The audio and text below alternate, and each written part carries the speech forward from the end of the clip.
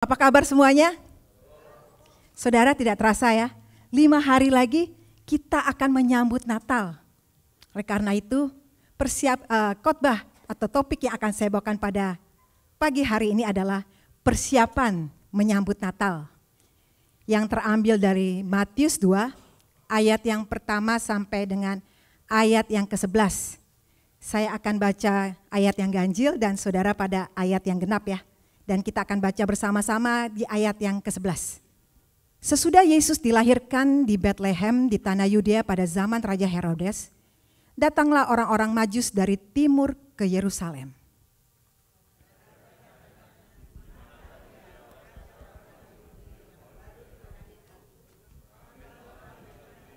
Di timur, dan kami akan datang untuk menyembah Dia. Ketika Raja Herodes mendengar hal itu, terkejutlah ia beserta seluruh Yerusalem. Maka dikumpulkannya semua imam kepala dan ahli Taurat bangsa Yahudi, lalu dimintanya keterangan dari mereka di mana Mesias akan dilahirkan. Mereka berkata kepadanya, di Bethlehem di tanah Yudea, karena demikianlah ada tertulis dalam kitab Nabi.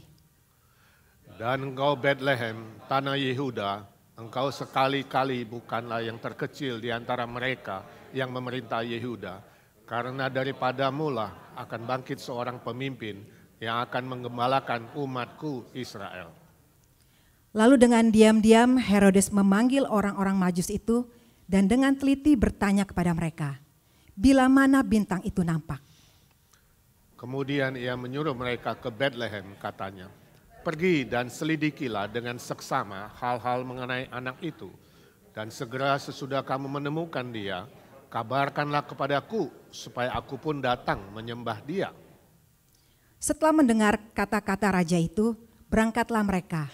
Dan lihatlah, bintang yang mereka lihat di timur itu mendahului mereka hingga tiba dan berhenti di atas tempat di mana anak itu berada. Ketika mereka melihat bintang itu, sangat bersukacitalah mereka. Sama-sama. Maka masuklah mereka ke dalam rumah itu dan melihat anak itu bersama Maria ibunya, lalu sujud menyembah dia. Mereka pun membuka tempat harta bendanya dan mempersembahkan persembahan kepadanya, yaitu emas, kemenyan, dan mur. Saudara, beberapa hari yang lalu saya dikirim teman saya lagu Natal yang berkaitan dengan Omikron. Dan nada lagunya seperti lagu Santa Claus is Coming to Town. Saudara mendengar? Saya nyanyikan ini ya. Hai kawanku, hati-hatilah, pegang uang cash apa sebabnya, Omikron pun sudah datang. Pakai masker dan suntik booster, diam di rumah jangan kemana-mana, Omikron pun sudah datang. Natalan di YouTube, liburan di internet, pesta sama si Dogi, hati-hati jangan stres. Ho, hai kawanku, hati-hatilah, simpan uang cash apa sebabnya, Omikron pun sudah datang. Omikron pun sudah datang. Saudara, ini salah satu contoh orang yang takut keluar rumah. Orang yang hanya di dalam rumah saja, mengurung diri di rumah saja. Saudara gimana? Saya yakin enggak kan? Orang saudara ada di sini. Tapi saudara, ada begitu banyak orang mempersiapkan Natal dengan berbagai hal. Contohnya, ada orang yang mempersiapkan Natal dengan menghias rumahnya, pasang pohon Natal, beli pernak-pernik, meja makan yang berbau Natal, pasang hiasan dinding, lalu pasang lampu Natal di halaman depan rumahnya, di belakang rumahnya, di samping rumahnya, dipasang pohon Natal yang ada lampunya. Tapi ada juga saudara, orang yang mempersiapkan Natal dengan sibuk menghubungi teman, keluarga, sahabat untuk datang merayakan Natal. Tapi ada juga yang mempersiapkan Natal dengan sibuk pesta-pesta. Lalu bagaimana dengan saudara? Apa yang saudara lakukan dalam mempersiapkan Natal? Apakah hanya berhubungan dengan benda, manusia, kenikmatan dunia? Atau ada sesuatu yang lebih hakiki lagi dari semua itu? Saudara, kalau hari ini kita mau mempersiapkan Natal, Alkitab mengajarkan kepada kita sesuatu yang lebih hakiki. Natal sebenarnya adalah kelahiran Yesus, Juru Selamat yang diutus ke dunia. Jadi, bagaimana seharusnya kita mempersiapkan Natal? Mari saudara, kita mau belajar dari orang Majus dalam mempersiapkan Natal pertama. Saya pikir ini adalah sesuatu yang baik bagi kita semua. Pertama adalah datang dan menyembah Tuhan. Saudara, Natal pertama sebenarnya adalah sebuah penantian. Dunia sedang menunggu. Demikian juga dengan orang Majus. Dan dalam ayat kedua disebutkan bahwa untuk berjumpa dengan Yesus, mereka rela datang dari timur ke Yerusalem. Dan wilayah timur yang disebutkan oleh orang Majus, saudara, ini wilayahnya sangat jauh dari Yerusalem. Kemungkinan berada di daerah atau wilayah Babel. Dan hari ini Babel adalah Turki. Dan untuk dapat melintasi atau menuju Yerusalem, hanya ada satu transportasi yang dapat digunakan, yaitu naik unta untuk melintasi padang gurun. Melintasi padang gurun, saudara, sulit loh. Kenapa? Karena banyak tantangannya. Udaranya, kalau di padang gurun itu siang panas sekali. Kalau malam begitu dingin. Belum lagi kalau di padang gurun sering terjadi badai pasir. Atau juga ada serangan dari binatang buas ataupun perampok. Dan karena jaraknya itu begitu jauh, dapat dipastikan orang Majus melintasi gurun pasir itu berminggu-minggu lamanya, bahkan mungkin berbulan-bulan lamanya. Sehingga mereka harus mempersiapkan makanan dan minuman yang cukup. Karena kalau tidak, mereka akan mati kelaparan, mati kehausan. Karena zaman dulu saudara, apalagi di padang gurun, belum ada 7-Eleven. Tapi itu tidak membuat mereka takut. Itu tidak membuat mereka mundur. Dan tidak ada catatan, mereka diskusi. Jadi enggak ya? Terusin enggak ya perjalanan kita? Tidak saudara. Mereka tetap datang menyembah Tuhan. Bagaimana dengan saudara? Tantangan apa yang saudara hadapi ketika saudara mau datang menyembah Tuhan? Menyembah Tuhan saudara berarti memiliki relasi dengan Kristus.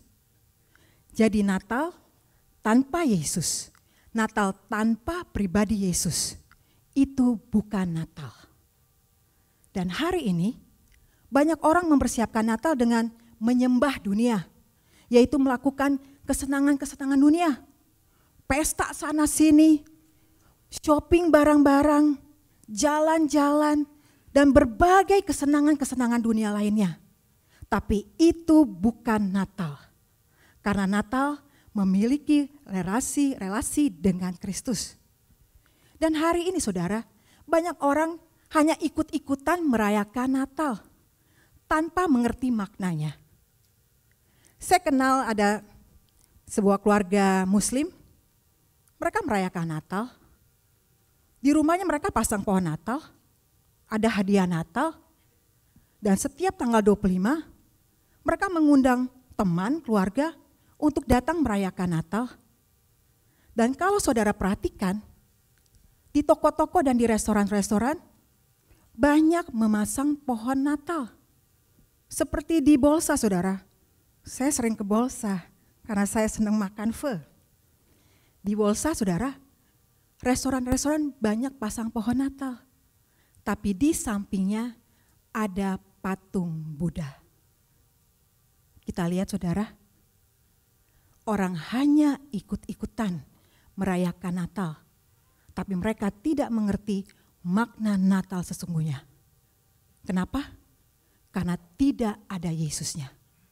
Karena tidak mengenal Yesus, tidak memiliki relasi dengan Yesus. Ada seorang penulis terkenal yang berasal dari Amerika yang bernama Mark Twain. Mark Twain ini saudara terkenal karena kecerdasannya dan karena pesonanya. Suatu hari ketika Mark Twain melakukan perjalanan ke Eropa, Mark Twain diundang oleh Presiden Prancis untuk makan malam bersama. Dan ketika anak dari Mark Twain tahu ayahnya diundang oleh Presiden Prancis, anaknya berkata, "Ayah saya mengenal banyak orang penting. Tapi sayang, ayah saya tidak mengenal Yesus." Dan benar saudara, Mark Twain bukanlah seorang percaya, dia seorang skeptis. Tapi komentar anaknya ini seharusnya menjadi pertanyaan bagi diri saudara. Apakah saudara sungguh-sungguh mengenal Yesus? Mungkin saudara mengenal begitu banyak orang penting. Saudara mungkin kenal pejabat, saudara kenal orang-orang kaya, pengusaha, artis, orang-orang yang dihormati. Tapi pertanyaannya, apakah saudara mengenal Yesus? Atau mungkin saudara hanya mendengar nama Yesus seminggu sekali ketika saudara datang ke gereja. Atau hanya mendengar informasi dari teman-teman, dari baca buku, ataupun nonton film. Yohanes 17 ayat yang ketiga, Tuhan Yesus berkata, "Inilah hidup yang kekal itu, yaitu bahwa mereka mengenal Engkau satu-satunya Allah yang benar dan mengenal Yesus Kristus yang telah Engkau utus." Hidup kekal sebenarnya saudara adalah pengenalan pribadi terhadap Yesus.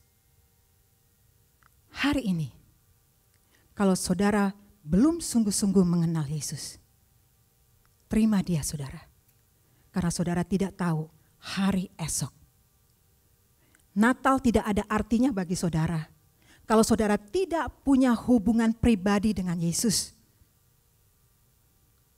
Karena dialah sumber kekekalan yang sejati. Tapi kalau saudara sudah mengenal dia, mari persiapkan Natal dengan melibatkan Yesus. Walaupun ada tantangan saudara, walaupun ada kesulitan, tapi saya mau challenge saudara untuk datang merayakan Natal. Sebagian orang masih takut untuk datang ke gereja. Apalagi sekarang ada varian baru, si Omikron yang baru saya nyanyikan tadi.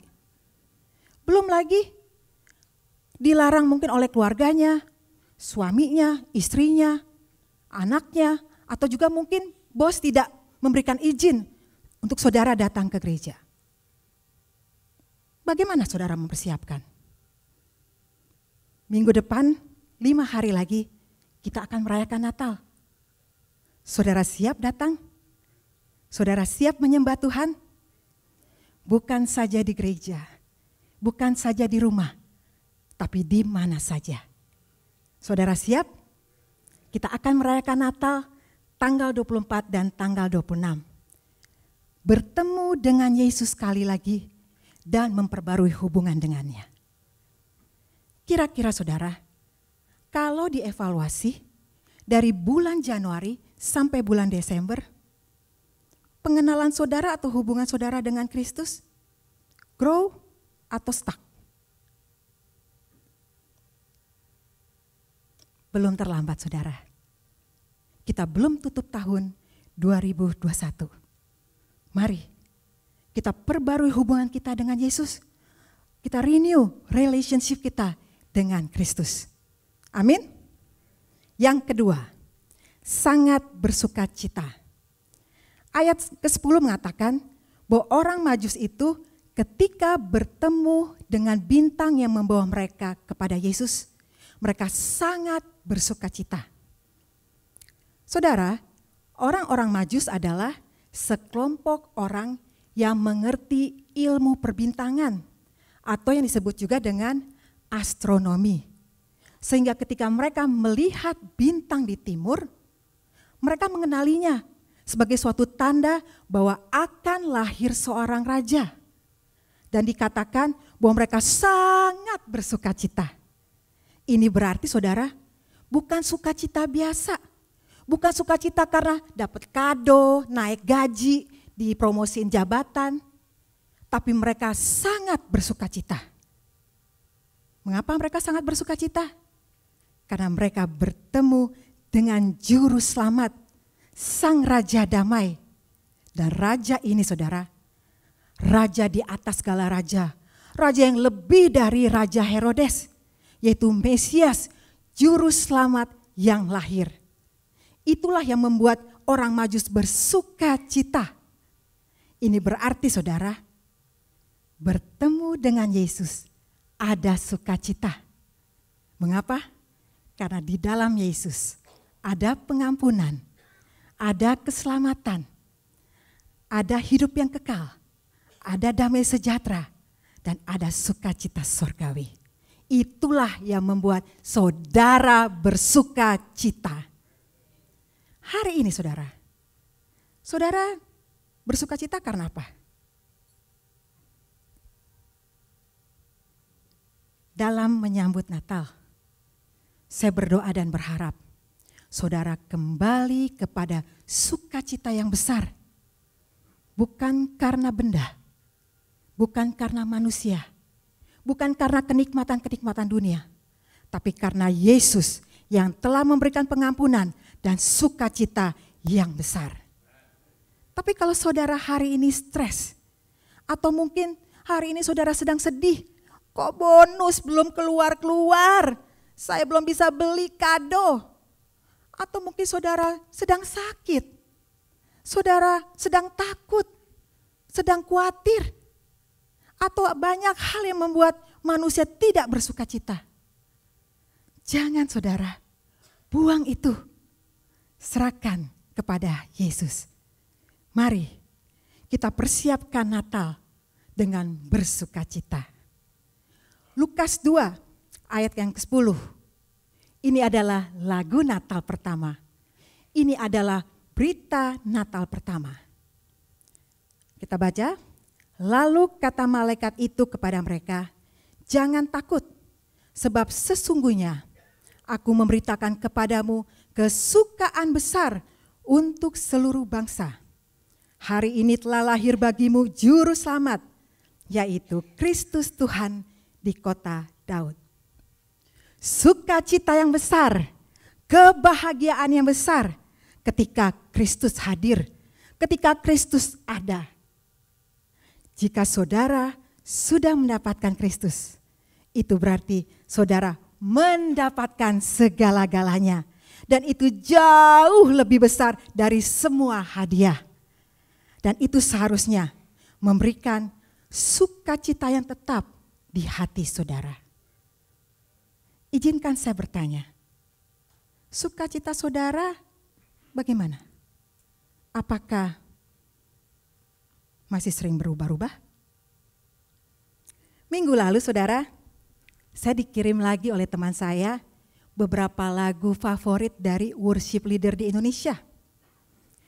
Ternyata worship leader punya lagu favoritnya. Dan khususnya ini adalah lagu favorit worship leader yang bekerja dan mendapatkan gaji 1 bulan 1 kali.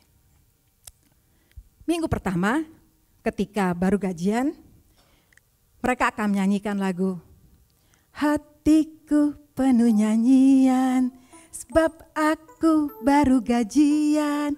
Hatiku bernyanyi-nyanyi sebab aku baru gajian.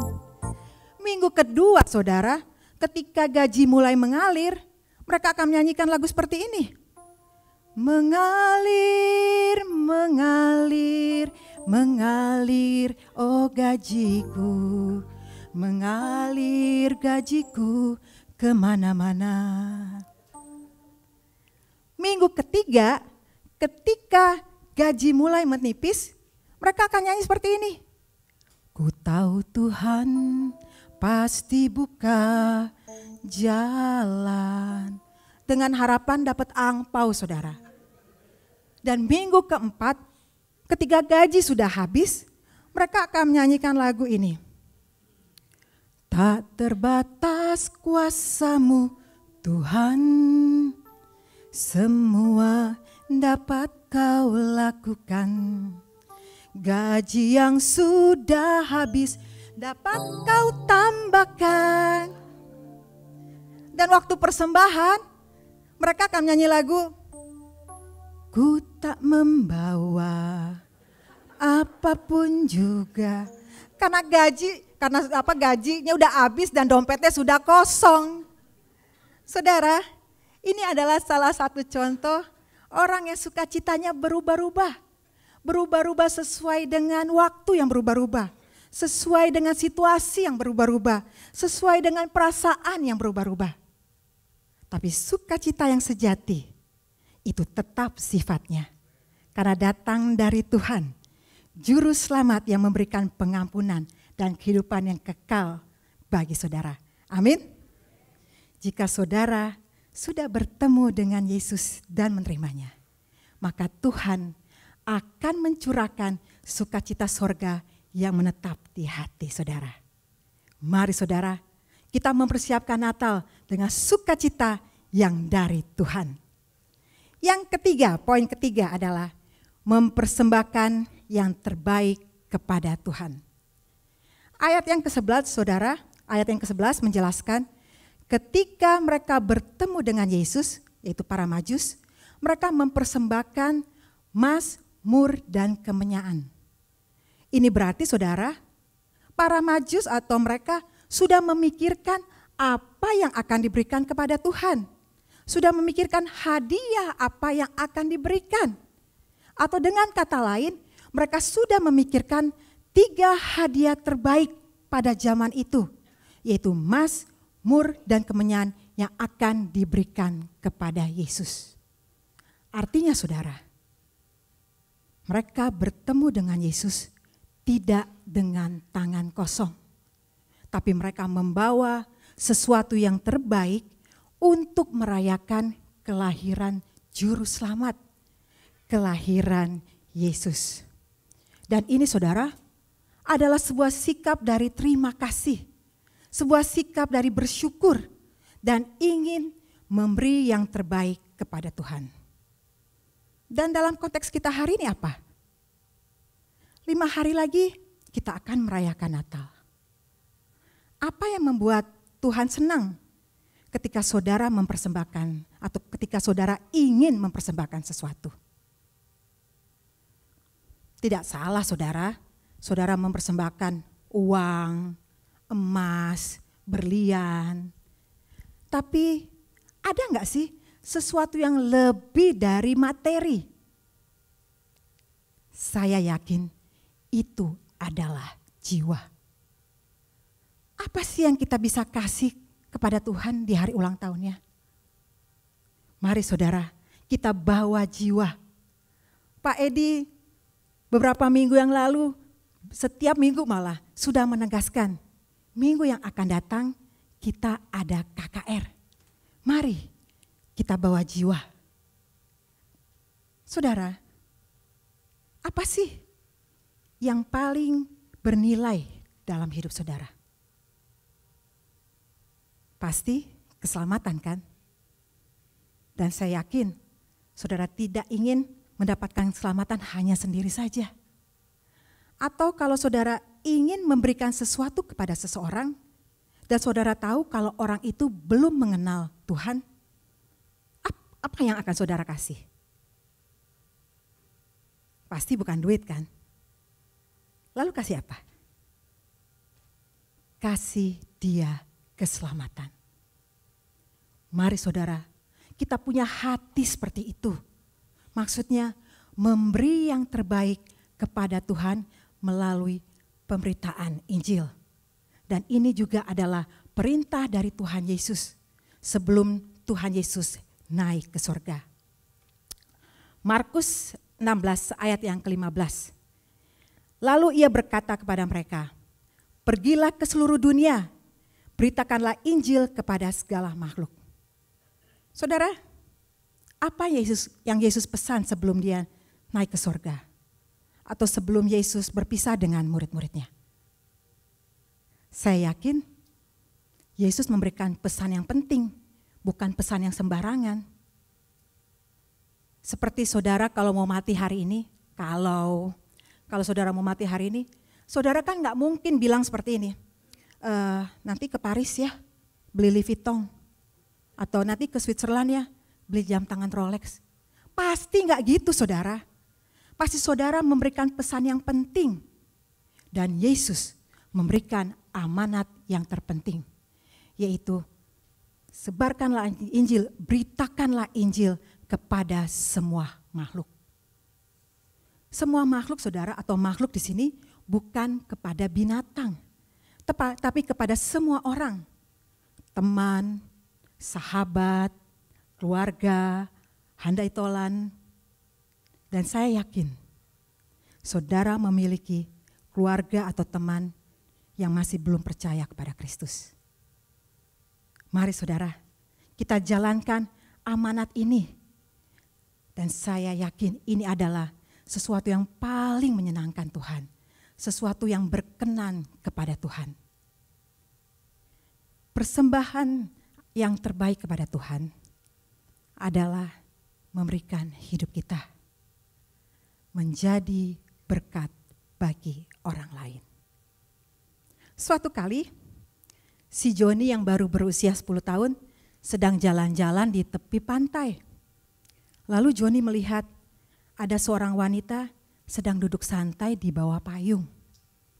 Lalu Joni mendatangi wanita itu dan berkata, Tante orang Kristen ya? Iya. Tante baca Alkitab setiap hari. Ngapain sih tanyanya seperti itu? Tante berdoa setiap hari. Aduh, kok nanya-nanya kayak begini sih? Kenapa? Satu lagi Tante pernah mencuri enggak? Tanya Joni sambil tersenyum. Kamu ngapain tanya-tanya seperti ini? Tante, saya yang mau nitip uang sebab saya mau berenang. Oh gitu. Iya Tante, saya yakin Tante benar-benar orang Kristen. Kalau gitu, saya titip uang saya ya Tante. Saudara, ini adalah cerita humor anak. Tapi pesan moralnya adalah, sadar atau tidak, orang-orang yang belum percaya lebih menghargai orang Kristen. Karena orang Kristen diyakini mereka memiliki hidup yang lebih takut kepada Tuhan. Memiliki kesaksian yang benar. Masa Natal adalah momen yang indah dan kesempatan yang terbaik untuk memberikan kesaksian kepada semua orang, keluarga, teman yang belum percaya kepada Kristus. Saudara, jangan menunggu mereka mencari saudara untuk datang mendapatkan berkat Tuhan. Tapi saudaralah yang harus mencari mereka untuk dibawa kepada Tuhan. Mari kita pikirkan 1 atau 2 jiwa dibawa kepada Tuhan sebagai hadiah yang terbaik, bukan saja bagi Yesus, tapi bagi orang itu juga yang menerimanya. Dan saya akan memanggil 3 teman saya untuk menyanyikan lagu Ku Tak Bisa Diam. Saya panggil Joyce, Anton, dan Ingrid.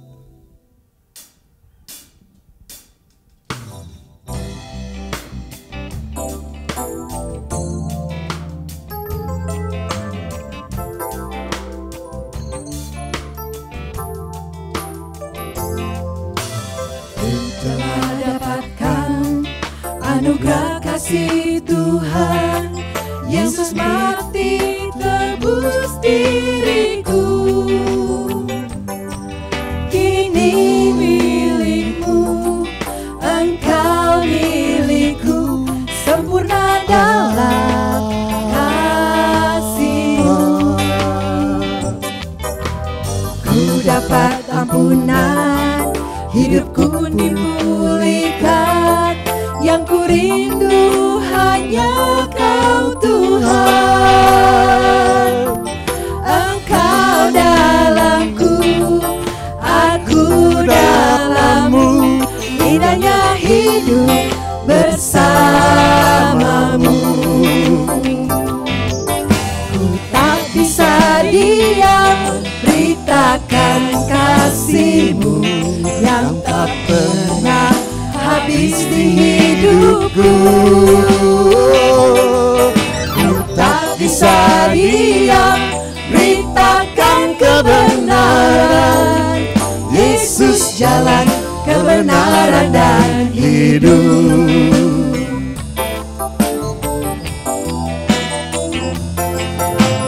Ku dapat ampunan, hidupku dipulihkan, yang ku rindu hanya Kau Tuhan. Engkau dalamku, aku dalam-Mu, indahnya hidup bersama-Mu. Ku tak bisa diam, beritakan kasih-Mu yang tak pernah habis di hidupku. Ku tak bisa diam, Tak bisa diam, beritakan kebenaran. Yesus jalan, kebenaran dan hidup.